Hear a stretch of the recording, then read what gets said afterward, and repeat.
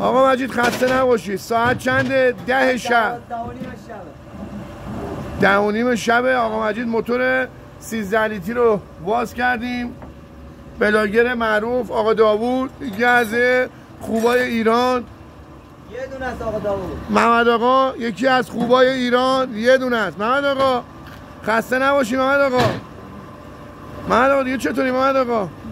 شاکر. محمد آقا یکی از خوبای ایران.